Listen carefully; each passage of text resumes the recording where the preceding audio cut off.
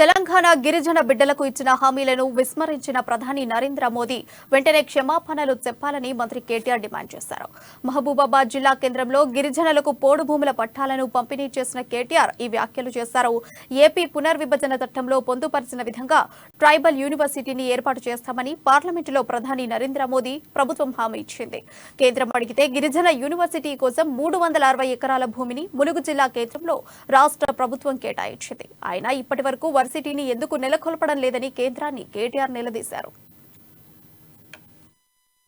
ఇంకా తాండాకు నీళ్ళెందుకు రాలే, గడ మోరెందుకు బాగలేదు, గిడ వాసన ఎందుకు వస్తున్నది అని లొల్లి పెడుతున్నాడు. నేను ఒక్క మాట అడుగుతున్నా మిమ్మల్ని అందరినీ, ఎట్లున్నది ఇలా కథ అంటే, వెనకటికి మన మహబూబాబాద్ వస్తుంటే ఊళ్ళోనే ఓ చిన్న పిల్లగాడు ఉండే. వాడు చిన్నప్పటి నుంచే చదువు సందే ఏం లేదు, వానికి చదువు రాలే. రాక చిన్నప్పటి నుంచే చెడు తిరుగులకు అలవాటు పడి అన్ని లంగ సోపతులు లంగ దోస్తానులతోని చెడిపోయిండు. అన్ని రకాల చెడ్డలు అట్లయినాయి.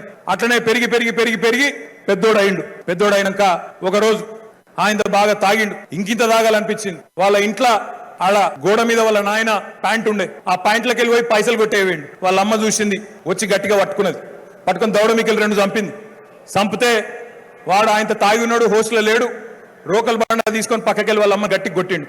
స్పాట్లో చచ్చిపోయింది. నాయన వచ్చిండు, నాయన ఉరికొచ్చిండు, ఎంత పని చేస్తేవిరా అని 2 పట్టుకొని 2 వంగబెట్టి గుద్దిండు పిల్లగాని. వాడు అప్పటికి కూడా హోస్టల్లో లేడు. అదే రోకల్ బండ అందుకొని వాళ్ళ తండ్రిని కూడా కొట్టిండు. తండ్రి కూడా స్పాట్లో చచ్చిపోయిండు. చచ్చిపోతే మరి ఇక సంపితే పోలీసు వాళ్ళు ఊరుకోరు కదా, మర్డర్లు చేస్తే. పోలీసు వాళ్ళు పట్టుకున్నారు, తీసుకుపోయి జైల్లో పెట్టిండు. జైల్లో పెట్టినాక మరి శిక్ష వేయాలి కదా, జడ్జి గారి దగ్గర తీసుకొచ్చారు. ఆ జడ్జి గారు మన ఎర్రబెల్లి దయాకర్ రావు సాబ్ లెక్క కొద్దిగా మంచోడు, చల్లటి మనిషి. ఆయన కిందికెళ్ళి మీదాకా చూసిండట. చూసి, అరే నేను నా జీవితంలో చాలా మంది గలీజ్గాళ్ళని చూసినా, చాలా మంది పనికి మాలిన వెధవలను చూసినా, చాలా మంది లత్కోరగాళ్ళని కూడా చూసినా, కానీ నీ అంత గలీజ్గానైతే చూడలేదురా. సొంత తల్లిదండ్రిని చంపి కాలబెట్టినావు, నాకైతే ఏం అర్థమైతలేదు ఏం శిక్ష చేయాలనో నీకు, నువ్వే చెప్పి కాలబెట్టు అన్నాడట. అంటే వాడు అప్పటిదాకా రుబాబుగా నిలబడ్డాడు.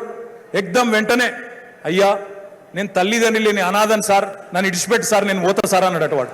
అంటే నిన్న మొన్నటి దాకా, ఇప్పుడు తల్లిదండ్రిని చంపినోడే నేను అనాథ అంటాడు. నిన్న మొన్నటి దాకా 50 ఏళ్ళు పరిపాలించినోడు ఎవడు మనను?